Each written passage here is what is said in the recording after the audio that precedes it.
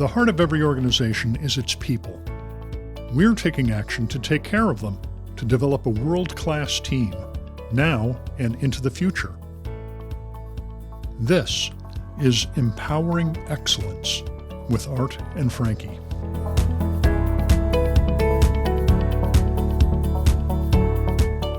We are back with Empowering Excellence podcast, where today we're going to chat about wellness. Frankie, my co-host, how are you doing? I'm doing good. How are you doing? I'm well, as a matter of fact. That's perfect timing just for this type of podcast about wellness. Doesn't it feel like a long time since we've been in here? It does. It does. But, I've been looking forward to this all week and all morning, so I'm excited. This is the highlight of my day. I look forward to the podcast. Our fantastic editor has been off TDY, I think. That's right. So that's why we've been out for a while. But I understand our podcasts have been releasing. Number one podcast in the country. Is that That's what I right. heard? Number one podcast in the country. So if you haven't subscribed, you're missing out. Go do that now. Exactly. Francesca, we're going to talk about wellness today. So what does that mean to you? Wellness, I think, is a multifaceted topic. I think depending on the individual that you're talking to and kind of their background, their experiences, even their current operational status, like where they're at in their, maybe even their career or their personal life, I think you'll get a lot of different perspectives of what wellness is. For me right now, the job is a grind in a good way. It's very fast-paced, sometimes a little bit of high stress. So it's really important for me for wellness to find things that I enjoy doing that allow me time to take a step back and kind of reset, because you'll get lost in the tornado of stuff that you have, right? I try and use my weekends wisely. And, I got 3 kiddos. One's like 16 going on 30, so there's that one.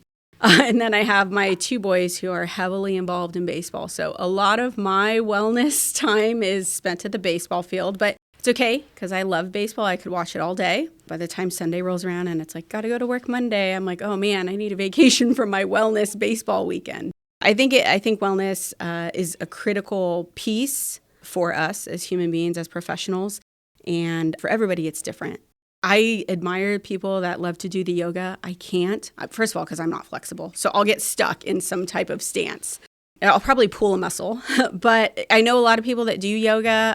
I have a teammate that actually was just certified as a yoga instructor and has been teaching. And that's her wellness. That's her time to reset. I like to do a lot of CrossFit workouts, or I go on walks with whiskey. Not the drink, my dog. So I did a walk yesterday just to get out. Different things on different days. Different days you need different things. And so it's not always going to be the same type of wellness event. Wellness is more than just physical. When I think about wellness, my mind usually just jumps to physical wellness. Like on the weekend, I go hiking, and every day I go for a walk around. You see bears. Yeah, exactly. I think I tend to think of it more about physical wellness, but there's a lot more to it than that.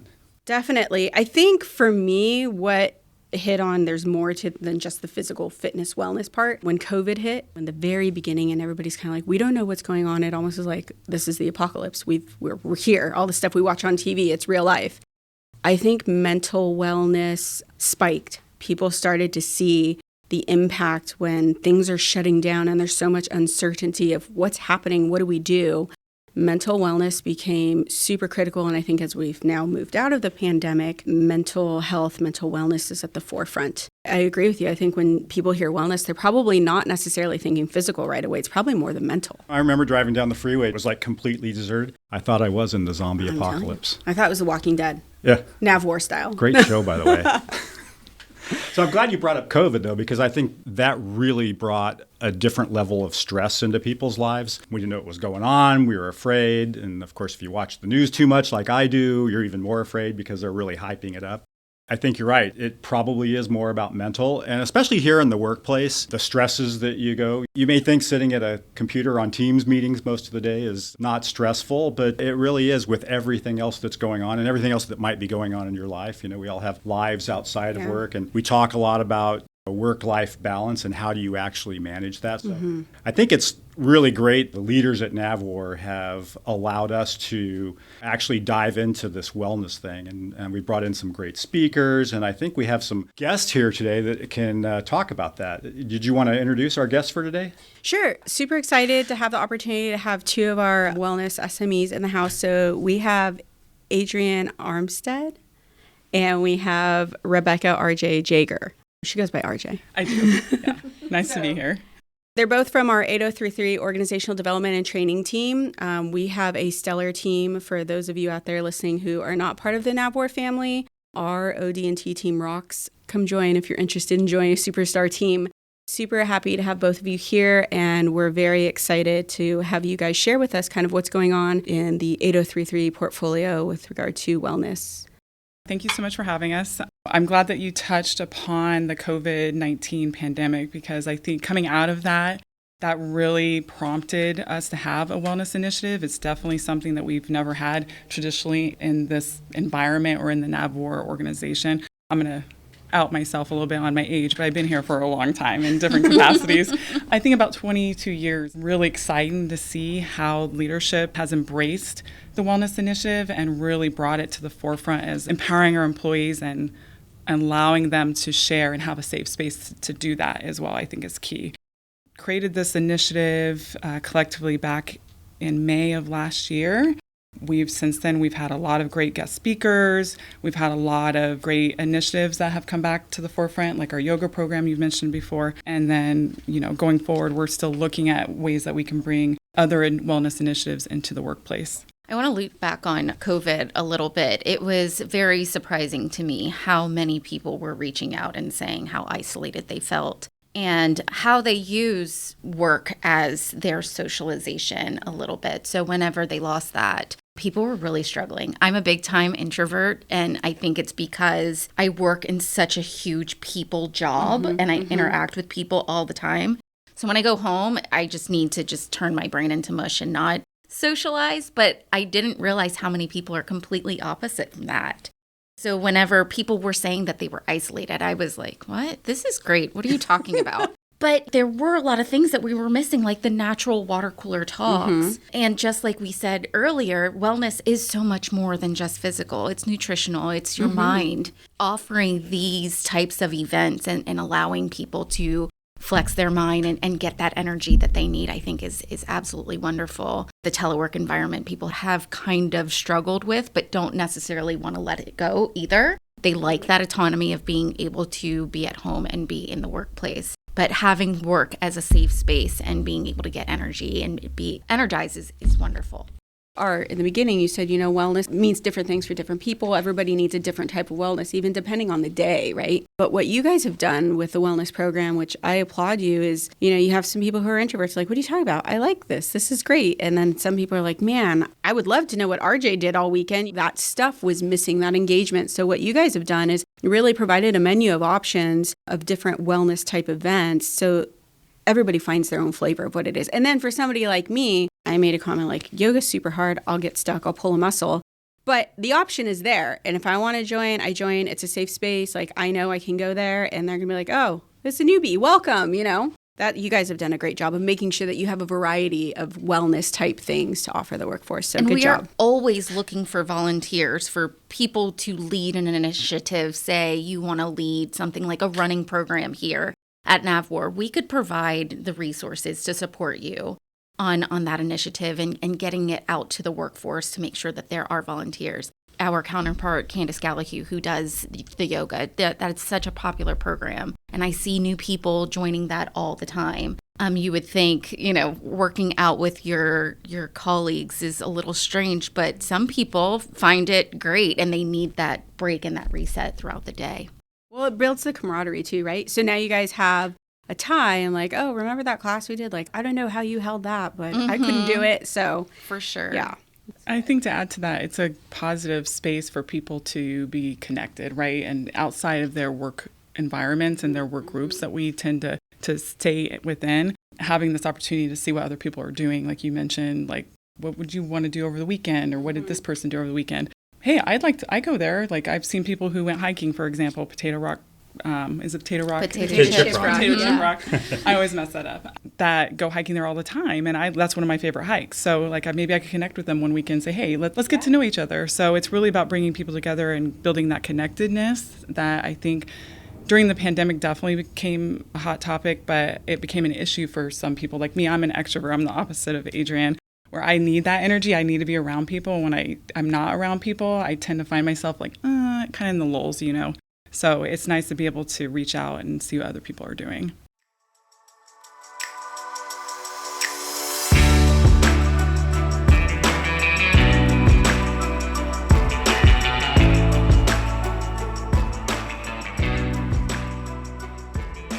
So it sounds like you guys are empowered to pretty much tackle any initiative and looking for good ideas from the workforce. Absolutely. We're looking for people to lead. For example, I mentioned hiking. I know people have been on the Wellness channel. People post pictures on there. I think actually you and Candace were our first to post pictures on there. I think yours was a hiking and hers was a yoga pose. But we've had people post pictures of them surfing in Germany, That's awesome. Family vacations in Hawaii, a lot of those different kind of things and activities. And there's actually people on there that have asked hard questions about where do I get resources for mental health support or emotional health support and things like that. So it's definitely meant to be a safe space for people to be able to reach out and do that connectedness that we crave, I think, as humans. So we talk about wellness coaching, and we also have a coaching community of practice. What's the difference between the two? Thank you for bringing that up, because I did want to mention that there is a clear difference between those two initiatives. So the Wellness Initiative is a place for us collectively as a group to come together and share our ideas and find activities and ways to be connected. Our coaching program is intended to connect people with coaches and coachees to go through maybe some challenges that they're having personally in their life. In addition, they also offer like team coaching and coaching as leaders and things like that. So it's really, there's some crossover on it, but it's definitely two different initiatives. And I'm hoping we can bring another podcast for coaching on one of the next episodes. I think we know the people to help make that happen. Yes, I think we do. So you guys have brought in some great speakers, and I often think that the timeliness of the speakers that you bring in, it's almost like you have a sense of the pulse of the workforce. I remember when I think it was Dr. Bialy came during COVID, and I mean, the timing of that was perfect. Where do you guys get your ideas from? And what's coming in the future? So we get a lot of ideas with people are not afraid with providing us feedback, which we are so appreciative of. And we're actually going to do an OD&T roadshow across the command to provide the different competencies and PEOs, exactly what it is that we offer. And, just allowing them to know that we are there for them. Mm-hmm. Whenever we bring in speakers, we're focusing on how to fill those gaps, making people think. So we brought in Dr. Bialy that talked a lot about wellness and burnout and how to overcome that. We brought in Blue Zones. It was Nick Butner was the guy's name. He is one of the co-writers of the Blue Zones, where this group of people went to different regions all over the world and studied the people and checked to see what the commonalities are on these people that are living longer lifespans, longer than, the average 100 plus years, and still outside cutting their own grass. Yeah. And he really was able to share exactly what it is that they do. So maybe we could live longer. And surprisingly, one of those regions were just in Southern California. I think it was somewhere in Orange County or something. So, it's very close to us, these people living longer. And then coming up, we have an author named Natalie Kogan. She is going to speak about the Awesome Human Project. I'm actually currently reading that book right now, and it is pretty awesome. And she teaches you ways on how to change your mindset and combat the stories that your brain is telling yourself, and really showing how you're the barrier and the problem between you and success, and finding ways to navigate that. She is a refugee, so, she's had a lot of adversity that she's had to overcome herself. She's an extremely positive person. It is a book that I recommend. So we're going to have her coming to the workforce and speaking about all of her methods in her book. Dr. Bialy, at the onset of COVID, that was a game changer for me. Her talk really resonated with me.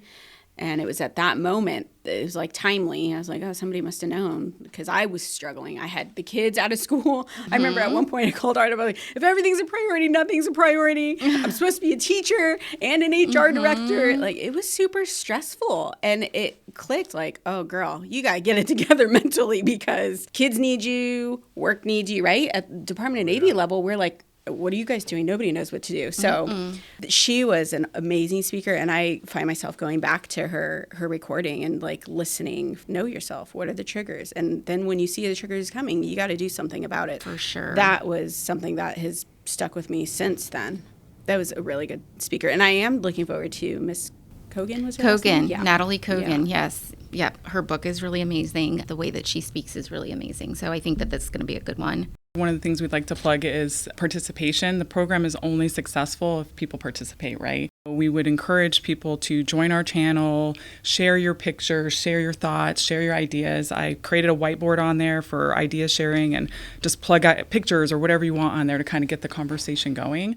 Adrienne mentioned we're always looking for ideas on speakers and events and things like that. I know we do like the 5Ks around the campus for like the spooktacular and things, but I think we could incorporate some more of those kinds of activities for days that people are on the campus. And even some competitive things. You know, we talked about that yesterday in the all hands. I think that came up.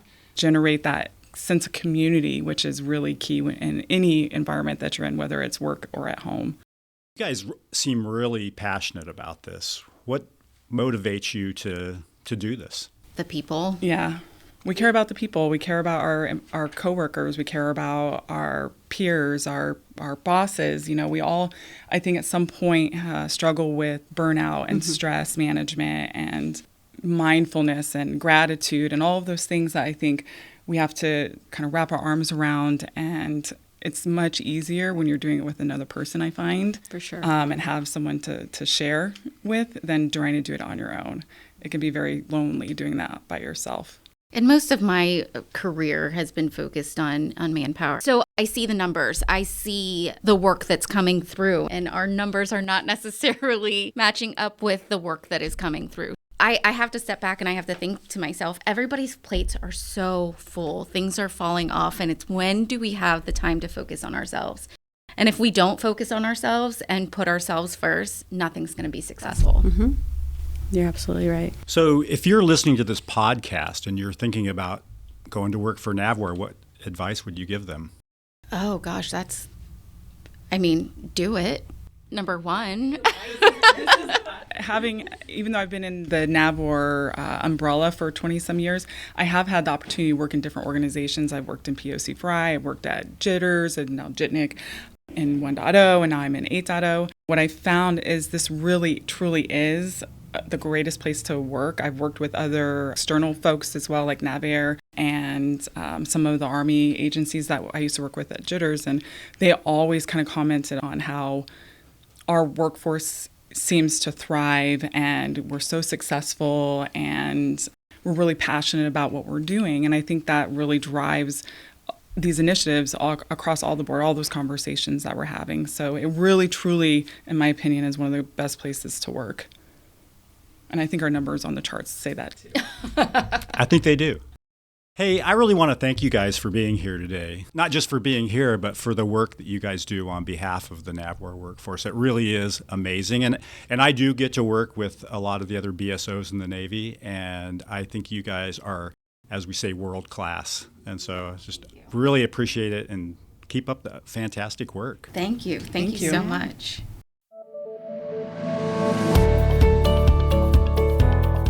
Empowering Excellence with Art and Frankie is a production of the NAVWAR Headquarters Public Affairs Office in association with NAVWAR Corporate Operations. Our podcast production team includes Ed Disco Buckleton, Kara McDermott, and Ramon Go, our digital media specialist who produced today's show. On behalf of Frankie and myself, I am Art Starrett. Have a great Navy day.